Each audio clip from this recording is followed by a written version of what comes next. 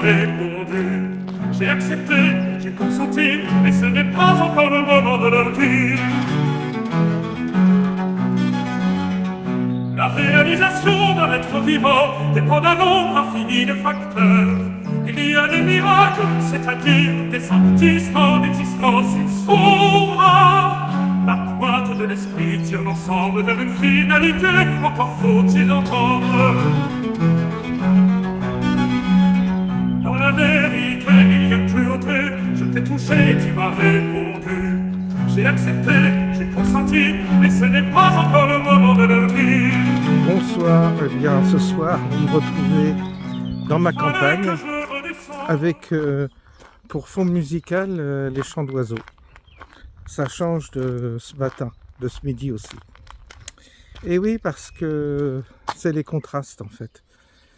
Et parfois c'est bien de passer par des contrastes, ça fait prendre conscience de certaines choses.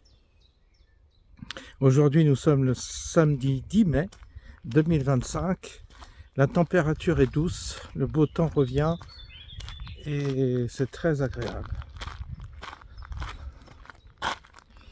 La végétation est prospère.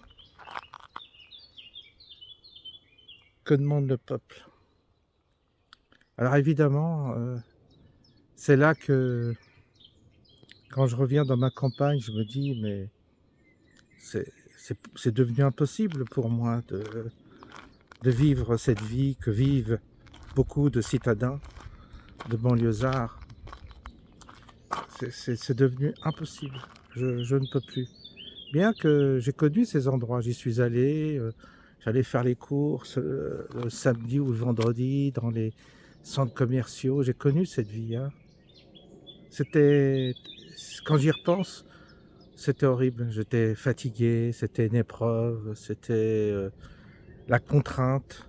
Il y avait, on s'obligeait comme ça, il y avait des contraintes, puis on vivait dans des banlieues et dans des endroits étouffants.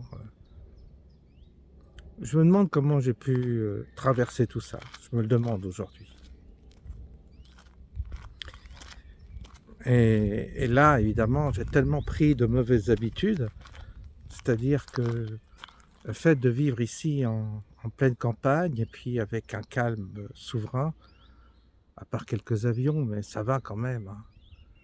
Eh bien, je me dis, waouh, c'était l'enfer ce midi. Oui, je suis allé dans ce centre commercial pour... c'est le Val d'Europe parce qu'il y a le RER et j'ai un ami qui revient de Bali, enfin d'Indonésie, et il devait atterrir à Charles de Gaulle ce matin et il m'a demandé si je pouvais venir le chercher à Val d'Europe. Il a pris le RER A, RER B.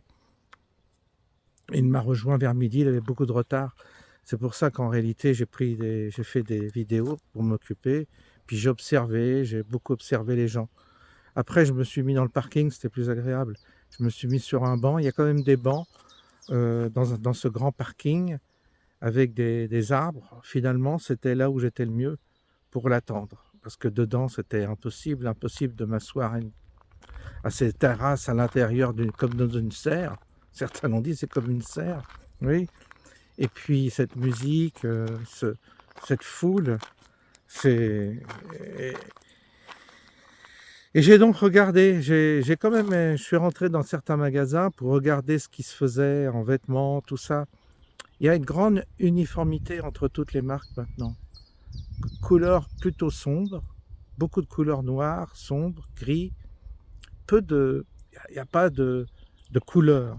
Comme en Afrique, vous savez, des rouges violents, des jaunes violents, des beaux bleus, des beaux verts, que du gris ou du noir. Ça m'a surpris.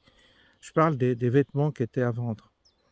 Et puis des couleurs sombres, comme les voitures maintenant, elles sont toutes grises, enfin gris, des nuances de gris, des nuances de mat, mais il n'y a plus de belles couleurs.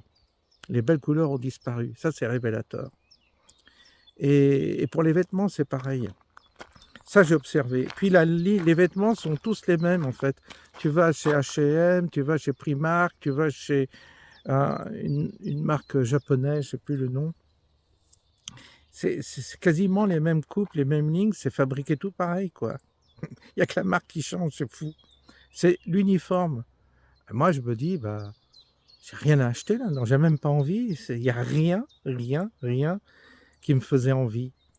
C'est pas que je suis radin, mais j'avais pas envie. J'ai ce qu'il faut chez moi. J'ai un short, 2 shorts. Vous voyez, j'ai des t-shirts que j'ai trouvé, que j'avais aux États-Unis, que j'avais acheté. Alors là, pour 10 sous, qui coûtaient rien. Donc là, bon, bah, j'avais ramené des trucs comme ça à l'époque où j'allais souvent aux États-Unis. J'ai plus besoin de rien. C'est pour ça que des fois, vous voyez avec des trucs, des sigles qui viennent des États-Unis, bah, ça dure, ça dure.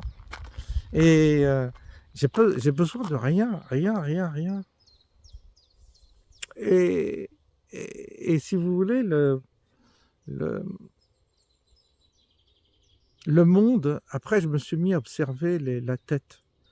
C'est très cosmopolite, Val d'Europe, c'est connu, hein. Il y a énormément de... Je crois qu'il y a, il y a beaucoup d'Arabes qui viennent là, qui sont assez fortunés. On le voit d'après les tenues, d'après... C'est pas de la racaille, quoi. C'est de l'arabe haut de gamme. Donc on le voit, les femmes, des femmes voilées, mais avec une certaine élégance. On voit, puis du pouvoir d'achat, on voit les sacs, ça sort avec des marques et tout. Donc je pense qu'il y a les Émirats qui ont des biens par là et qui viennent faire leurs courses là. Ils emmènent leurs femmes, tout ça, ça se sent, ça se voit. Donc c'est de la femme voilée, mais un peu haut de gamme. Et les hommes les accompagnent. Bon, c'est pas notre culture. Je serais à Dubaï, tout ça, je trouverais ça, ouais, peut-être normal, mais en France, ça fait bizarre. On se sent en terrain occupé maintenant, ça y est.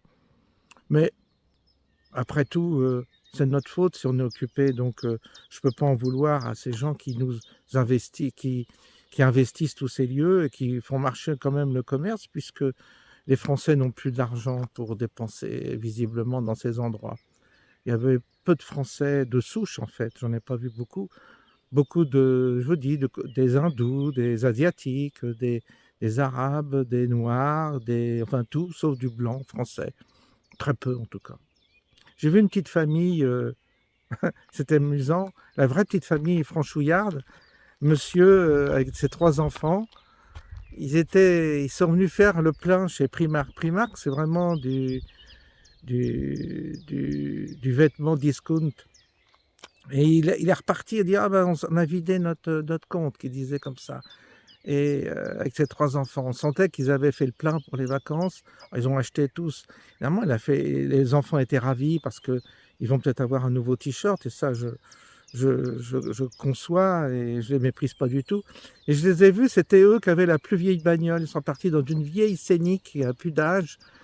Alors que c'était que des grosses bagnoles, tu vois, des jeunes racailles ou des jeunes, pas des jeunes racailles, mais style un peu racailles, qui ont des Audi, des BMW, des Mercedes.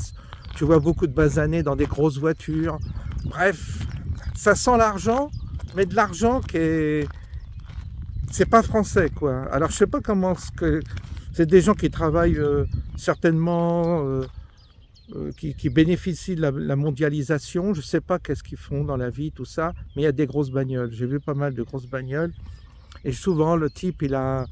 Les types qui sont dans ces grosses voitures, souvent la femme, tu vois qu'elle est d'origine orientale, l'homme aussi, les cheveux un peu gras, un peu gros, un peu gras, et pas très sympathiques, des allures pas sympathiques, pas des beaux visages, boursouflés. Je sais pas si c'est le couscous qui fait ça, mais ils sont gros, ils sont pas beaux, quoi. Ils sont un peu gras, ils ont une allure un peu huileuse, et c'est pas... quand je les observais, ils étaient tous habillés en noir, mal fagotés. J'ai vu un black avec c'est pareil, un black qui sortait avec des sacs Versace, tout ça, avec des sacs de marque. Mais il avait l'air d'un clochard quand tu l'as vu. Il avait une allure de clochard, il était stylé comme ça, mais pareil, pas sympathique, assez gros, et avec le jean au-dessous des fesses, là, vous savez, qui traîne par terre quasiment. Enfin, c'est un spectacle horrible qu'on voit là, avec leurs marques, leurs sacs avec des marques. Ils viennent là désabusés, dépenser leur fric. Est-ce que c'est un gars qui travaille dans le sport, dans la pub? J'en sais rien. C'est des gens qui font des métiers qui doivent être qui doivent être blindés parce que on voit qu'ils ont de l'argent. Tu les vois sortir dans des grosses bagnoles, tu les vois aller dans des grosses boutiques, dans des boutiques de marque, là, dans Vallée Village, parce que Vallée Village, je vous l'ai fait voir, c'est haut de gamme. Voilà, c'était ce monde-là que j'ai vu, un monde cosmopolite. Toutes les femmes étaient en pantalon quasiment. J'ai pas vu une belle robe, j'ai pas vu puis j'ai pas vu de belles silhouettes. Elles sont grosses, elles sont pareil, je sais pas ce qu'elles bouffent, mais elles sont moches, grosses, des sacs, quoi, des gros sacs. Et il n'y avait pas de femmes légères, de belles, avec une belle coiffure, avec une robe légère. C'était l'été, donc on aurait pu... Vous savez, des fois, c'est agréable de voir même des hommes, que ce soit des hommes ou des femmes, mais avec une certaine belle silhouette. J'aime bien observer les silhouettes. Et là, il n'y a plus de belles silhouettes. D'ailleurs, j'ai remarqué, il n'y a plus de belles silhouettes, que ce soit des hommes ou des femmes. Il n'y a plus... Autrefois, je ne sais pas, mais j'ai le souvenir de personnes que je regardais se déplacer avec élégance. Il y a une certaine... vous savez, dans le maintien et dans la démarche, on remarque que soit c'est un homme, soit une femme, une certaine élégance, quelque chose d'aérien, quelque chose de joli à voir. Et ça, j'aimais bien autrefois être à une terrasse de café et voir le monde passer comme ça, qui se comportent bien, c'est pas comme un spectacle. Vous voyez des gens, des femmes sont bien habillées, mais pas, quand je dis bien habillées, c'est-à-dire des robes avec des jolies coupes et des profils et des allures qui sont belles. Et là, c'était que l'horreur. En fait, ils étaient tous moches, puis des gros tas comme ça. Je voyais des femmes avec des grosses chaussures, des pantalons épais, des grosses fesses, enfin, je sais pas, c'était pas beau à voir, en plus, la population qui était là.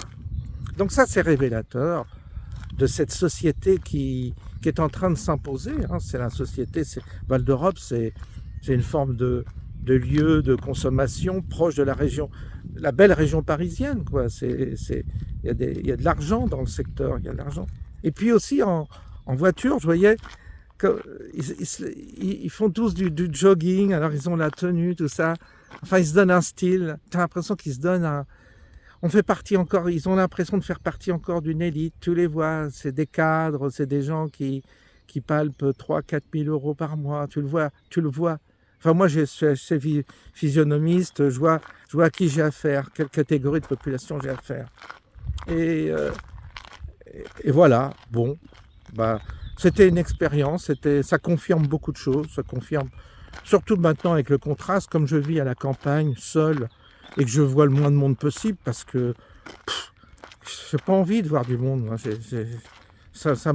Je sélectionne, vous savez, je vois bien, il faut faire un tri, parce que sinon vous perdez votre temps, vous perdez beaucoup de temps, avec soit des gens qui sont des parasites, ou qui veulent prendre le pouvoir sur vous, ou qui, je sais pas, qui se comportent pas bien.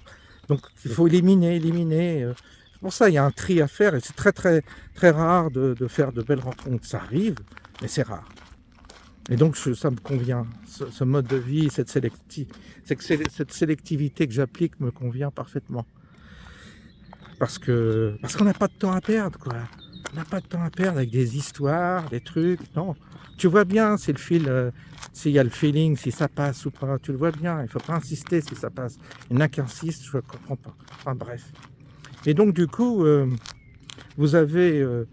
je retrouve ma tranquillité, et je me dis, mais... J'ai du mal à réaliser, si vous voulez, quand je rentre chez moi, et pourtant, je vous assure, c'est pas une question d'argent. Mais je me dis, mais qu'est-ce que... J'ai l'impression de rentrer au paradis quand je rentre chez moi. J'ai l'impression que c'est le paradis.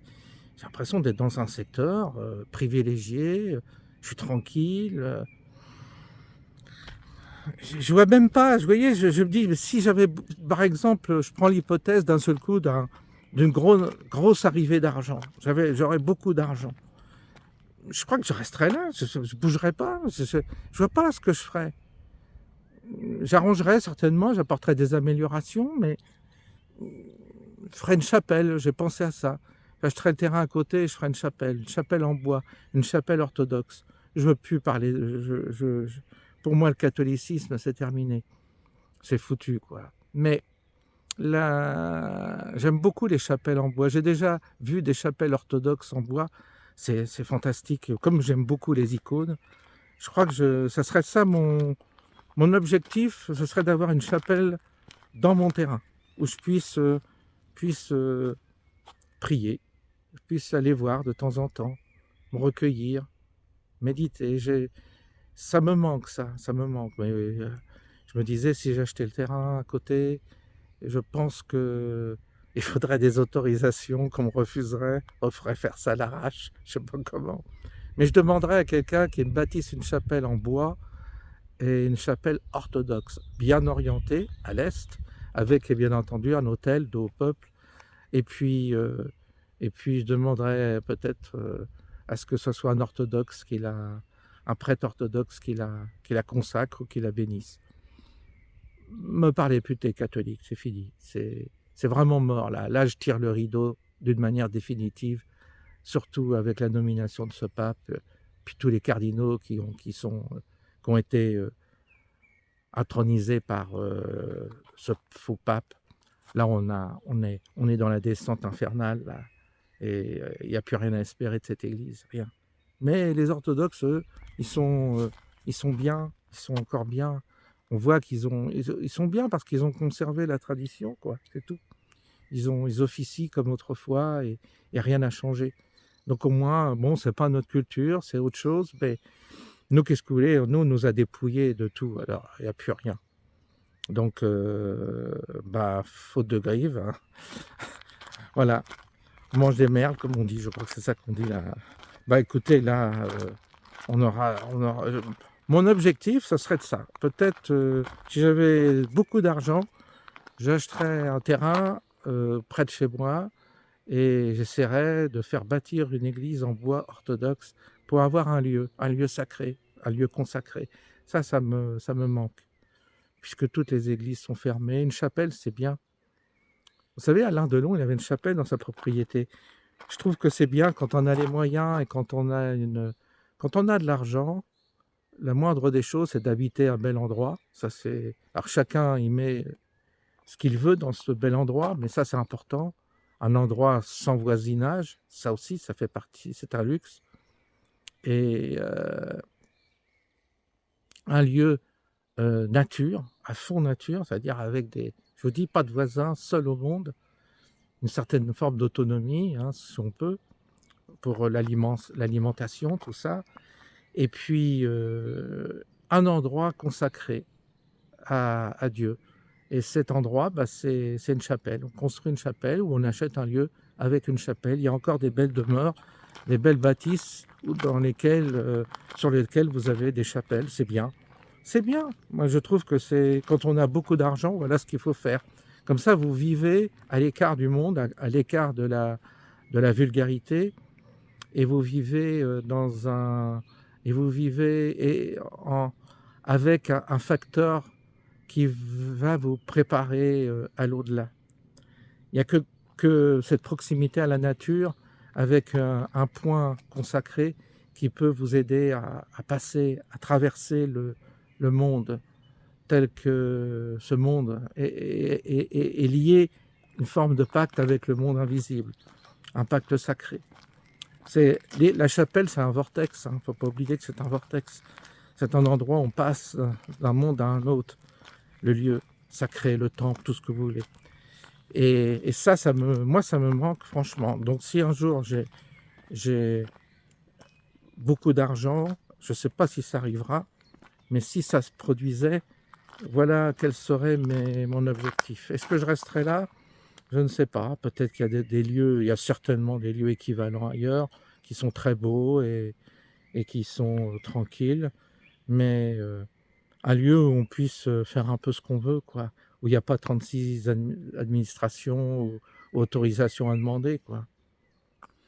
Voilà un peu Je pensais à ça parce que je me disais, la consommation, non, ça ne m'intéresse plus, j'ai pas d'intérêt. Quand je vois tous ces gens qui ont beaucoup d'argent et qui doivent avoir les dressings pleins d'affaires qui servent à rien, qui se ressemblent tous, parce que tous les vêtements se ressemblent, ils ont tous la même couleur. Puis en plus, je comprends pas, ils ont de l'argent, ils s'habillent mal parce qu'ils sont tous moches. C'est tous ces gros sacs qui sont horribles, ils sont mal habillés en plus. Donc c'est bizarre. Bah oui, c'est comme ça, c'est devenu ça la France, quoi. Et donc, alors est-ce que je resterais en France si j'avais beaucoup d'argent? Bah non, je pense que je choisirais les États-Unis. Je pense que si j'avais beaucoup d'argent, je m'installerais aux États-Unis. Avec l'argent, on peut tout faire, hein, donc j'irais m'installer là-bas. Là-bas, je crois qu'on a plus de liberté pour les maisons sont. Vous avez des maisons pleine nature ou des maisons près d'un lac ou des maisons avec une vue sur mer mais isolées, avec une mer un peu sauvage. Quand j'avais été le long des côtes de Californie, j'avais vu des baraques superbes comme ça sur des espèces de grandes falaises avec la mer à perte de vue, des ambiances. Là-bas, j'ai vu des trucs de fou, quoi. Même en Floride, j'ai vu des baraques qui donnaient sur la mer, mais avec une tranquillité, une paix. Mais c'est des endroits, évidemment, qui sont très chers parce que vous avez c'est des maisons qui sont en bord de côte, tout ça, ça coûte une fortune. Mais voilà ce que je pense que je ferais si j'avais beaucoup d'argent. Je pense que j'irais m'installer aux États-Unis. Je pense que là-bas, vous avez encore des assemblées évangéliques ou des assemblées de chrétiens qui sont bons enfants. Ce que vous voulez, ils ont un rapport parfois à la religion un peu simple, mais qui est bien, qui est sain, quoi. Qui n'est pas trop dans le mental. Nous, on est tellement dans le mental que... Puis les cathos, voilà, ils sont pas intéressants. Ils sont des bêtes, quoi. Et je pense que là-bas, ça me conviendrait bien. Je pense. Maintenant, je ne sais pas, hein, on se projette. Je suis allé plusieurs fois aux États-Unis.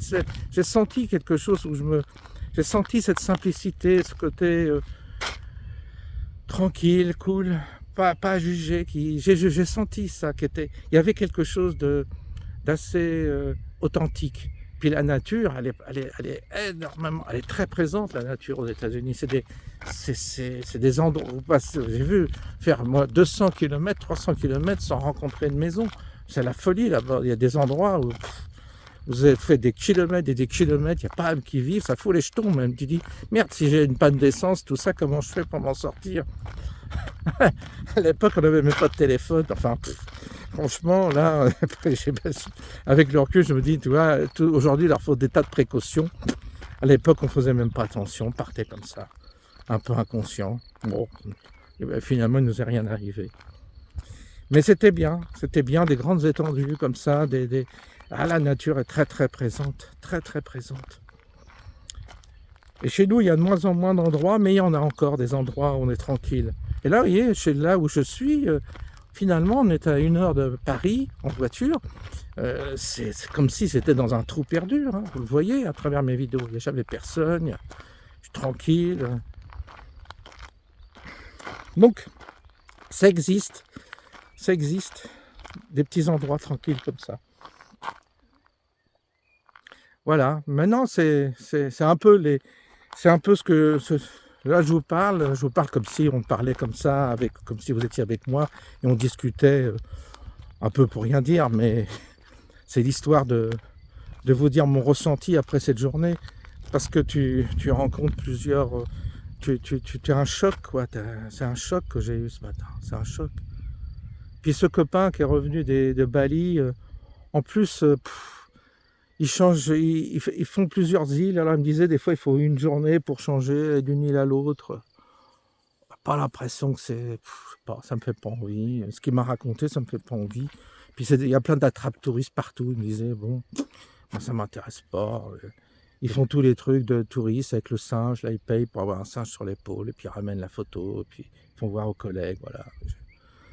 Ils font voir qu'ils ont bougé, quoi. Ça les valorise parce qu'ils ont tellement rien à vendre dans la vie qu'ils ont que ça pour se valoriser. Donc il faut qu'absolument montrer quelque chose, qu'on fait quelque chose d'un peu original pour montrer aux autres qui, eux, ne peuvent pas se le payer, bah que voilà, on se valorise comme ça, mais on se valorise par le vide. Alors elle me disait là-bas, il y avait plein de gens, de youtubeurs, des jeunes qui font le tour du monde, qui se baladent avec des chaînes YouTube. Et c'est les chaînes YouTube qui financent leur voyage. Alors ils ont vu, les voyaient des filles se prendre en photo, bavarder comme ça à leur auditoire, dans des sites évidemment. Il y a des endroits qui sont très jolis en Indonésie, mais voilà, ils passent comme à vite fait. Et puis c'est juste pour... voilà, c'est superficiel, c'est artificiel. Et puis là-bas, ils vivent que du tourisme. Ils en ont fait un business. Alors, il m'a dit les temples, on peut même pas rentrer dedans. Donc tu vois même, tu peux même pas pénétrer dans un temple pour essayer de, je sais pas, te recueillir, faire une petite séance quand même. Rien, c'est fermé. Donc c'est touristes, ils te font payer. Et puis tu as des plages, voilà. Et puis de la musique dans certains endroits. Et puis l'alcool, voilà. Bon. Voilà, t'as la mer, certes, mais voilà, bon, ça fait pas envie, quoi. Ça fait pas, moi, ça me fait pas bander des trucs comme ça. Franchement, non. Puis faire 20 heures de voyage, là, il a fait 20 heures avec une escale. Enfin, oh là là, pouf, non, non, non. Donc, vous voyez, ben, déjà, c'est intéressant de traverser. Je le sais, tout ça, je le sais. Mais qu'est-ce que vous voulez? C'est bien que ce soit, c'est encore confirmé. Et c'est confirmé que je suis bien là où je suis, finalement. Et que je ne dois pas bouger. Ça serait ridicule de bouger. Je ne pourrais pas trouver une meilleure situation. Donc je reste là où je suis. Et pour ceux qui viendront le 4 juin, vous verrez, l'endroit par où je vis, c'est assez... Ouais, s'il fait beau, c'est assez privilégié. Hein. C'est chouette. Hein. C'est pas spectaculaire comme la Côte d'Azur ou comme dans des endroits plus exotiques, mais il y a une qualité, il y a quelque chose. Je pense que vous le sentirez. En tous les cas, on essaiera de faire en sorte que la journée se déroule sous ces auspices-là, quoi. Et puis pour finir, ben, on va finir par ça. J'ai entendu De Villiers qui parlait du pape, alors il s'enflamme. Vous savez, comme me disait un autre ami, qui connaît bien l'église comme moi, il m'a dit, c'est ce pape, là oui, il a un aspect plus onctueux, plus clérical que le précédent. Il a un côté un peu, une bonne tenue, moins provocateur dans sa manière d'être. Mais le fond est aussi pourri. C'est clair. Donc il va nous l'enfiler, mais encore avec plus de doigté, si vous voulez. Bon, il était brut de décoffrage, François, on voyait qu'avec sa gueule, qu'il n'était pas sympathique, mais là, celui-là, il va tromper beaucoup de gens. Et je vois bien qu'il y a des cathos là qui me laissent des commentaires.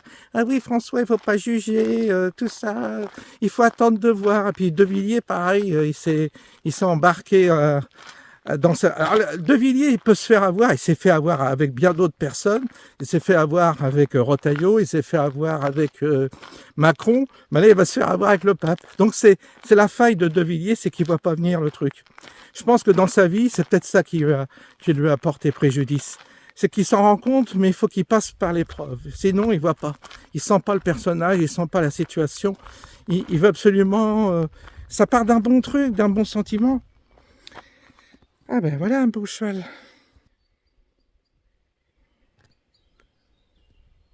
Il me regarde bavarder.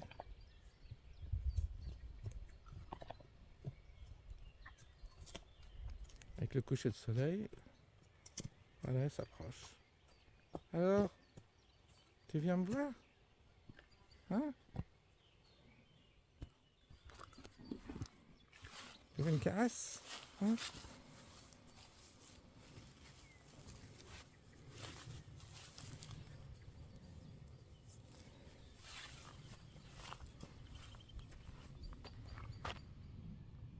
On a beau dire, c'est gentil un animal.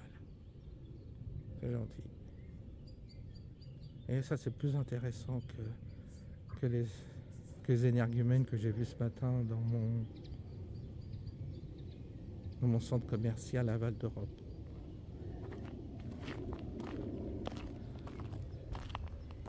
Vous voyez que c'est un privilège.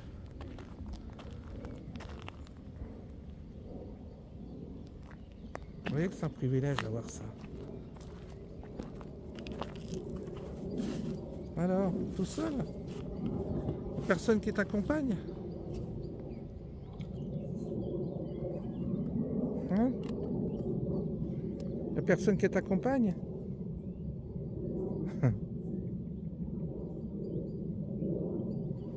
Allez, une petite caresse avant de partir.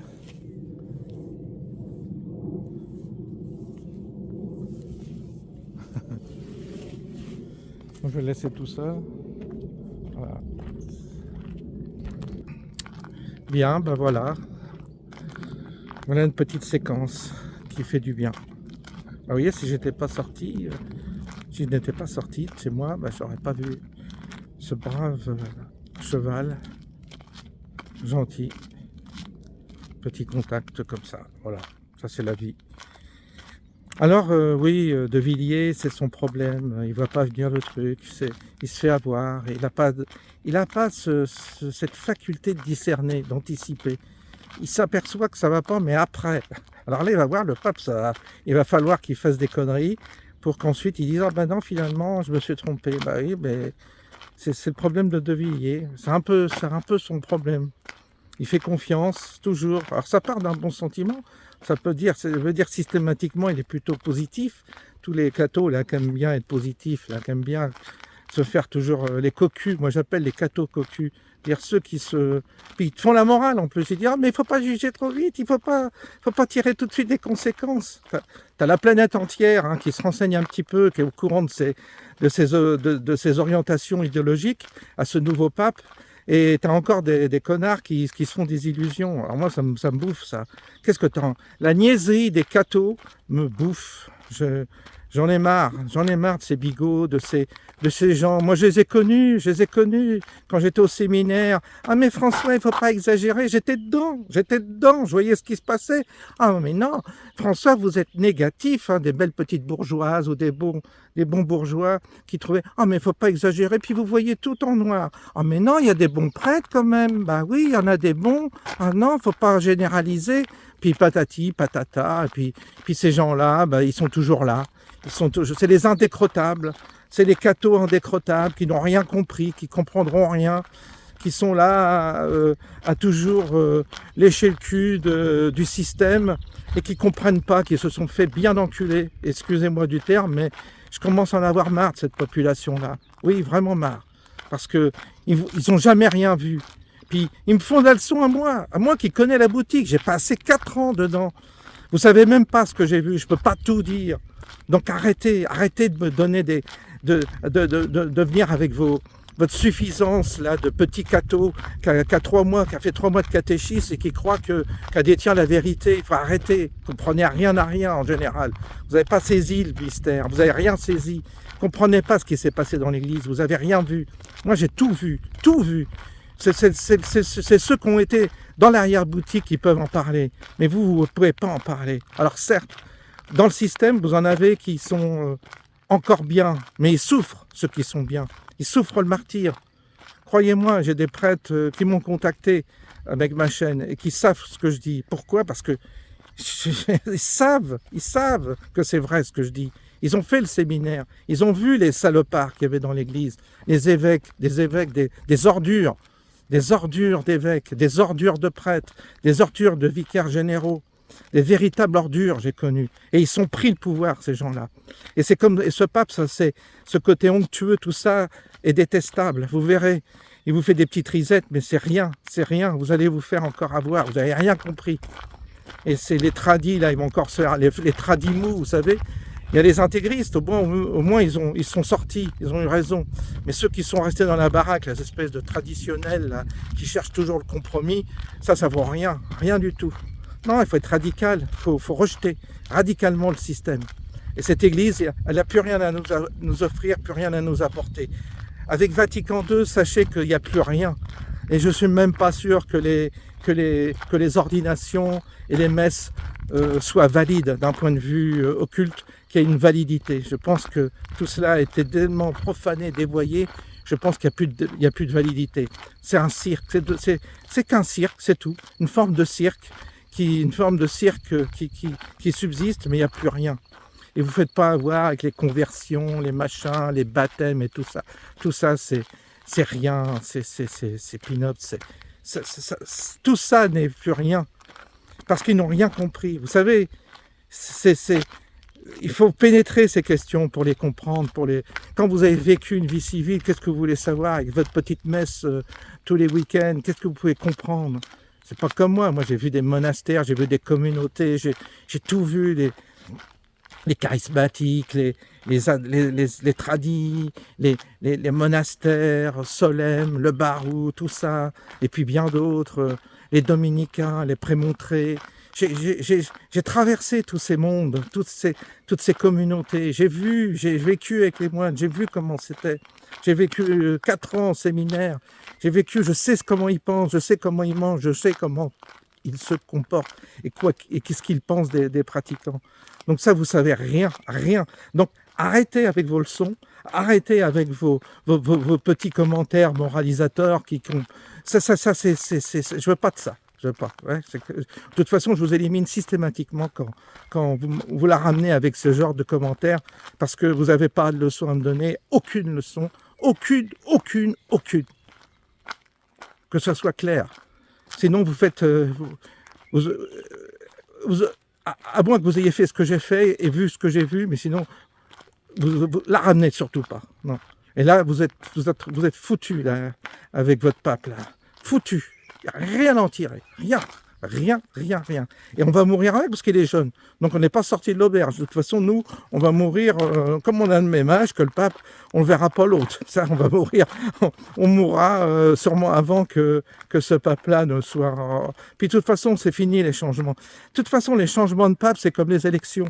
Vous allez avoir quoi là dans les élections? Ceux qui attendent les élections là, qui pensent qu'ils vont avoir un nouveau rebond en France, ils attendent quoi? Vous allez avoir Édouard Philippe, vous allez avoir Bardella. Bardella passera jamais, il est trop jeune.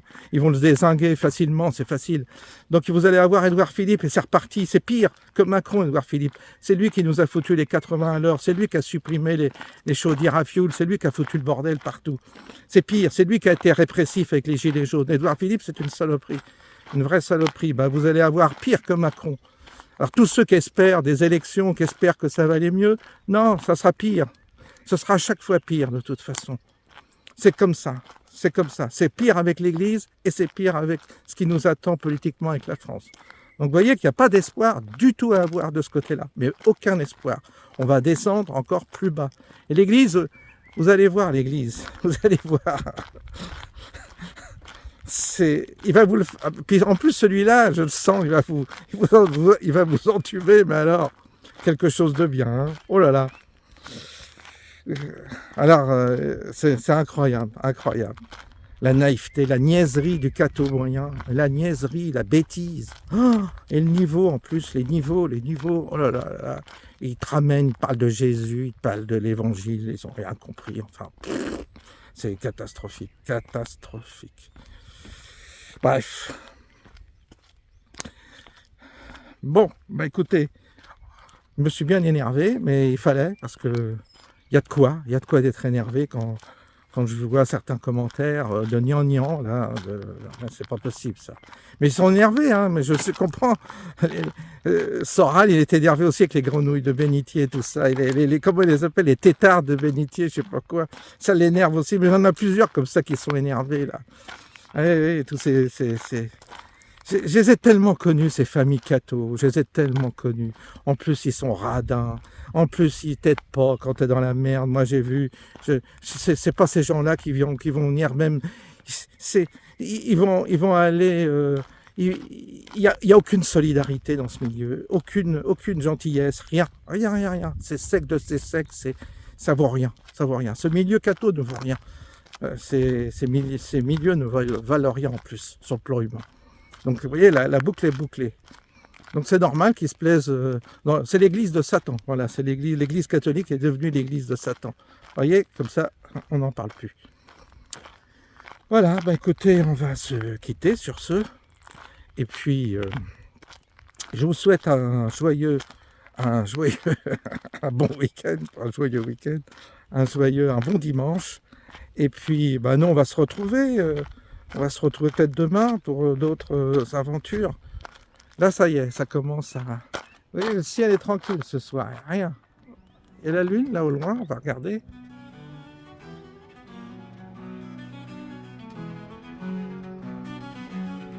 Dans la vérité, il y a cruauté. Je t'ai touché, tu m'as répondu. J'ai accepté, j'ai consenti, mais ce n'est pas encore le moment Voilà. de leur dire. C'était la fin, c'est la fin. Je vous souhaite donc une bonne soirée La et on se dit à réalisation d'un bientôt. être vivant dépend d'un nombre infini de facteurs.